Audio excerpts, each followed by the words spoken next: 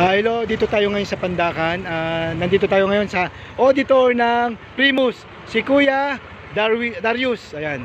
Kaya Darius, bago to sa yung ano, 'di ba, itong GTO. So, ipinopromote ko to para dito sa yung sasakyan na NMAX.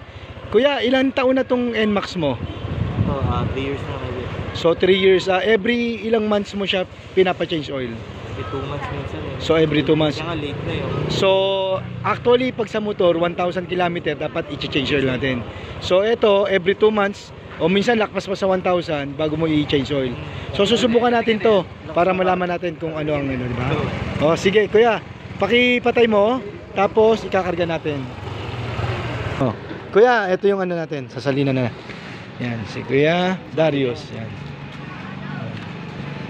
Sasalina. Dahan-dahan na, baka matapos, sayang. Ang bawat Babayaran ko na yun. 200 lang yan, kuya. Sa susunod, kaya ako kinakausap yung presidente nyo, magawa kayo ng korpo. Kasi sa kada bilhin nyo, pumapasok sa korpo nyo yung kita. So, nagkakaroon kayo ng fund. So, yan. Okay, ayan na ha. Sali lang natin maigi. Okay na? Isang buo kuya? Isang buo to. Yan. So, yan. Sarado natin. Then, stand lang natin ha. Tapos, i-test natin mamaya.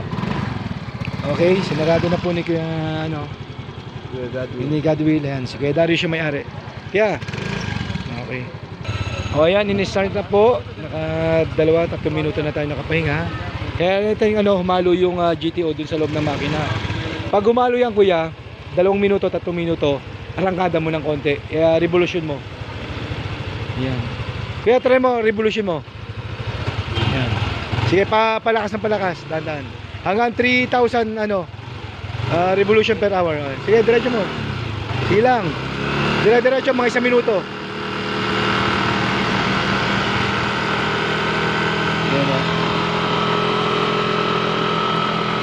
Yan, 3 years na po yan ha. Na NMAX. Version 1 pa siguro to. Motor. Okay. Okay.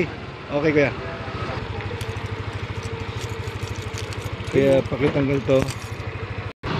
Yan, arangada ni Kuya Darius. Okay. Kuya, mga 40 yung bilis ha.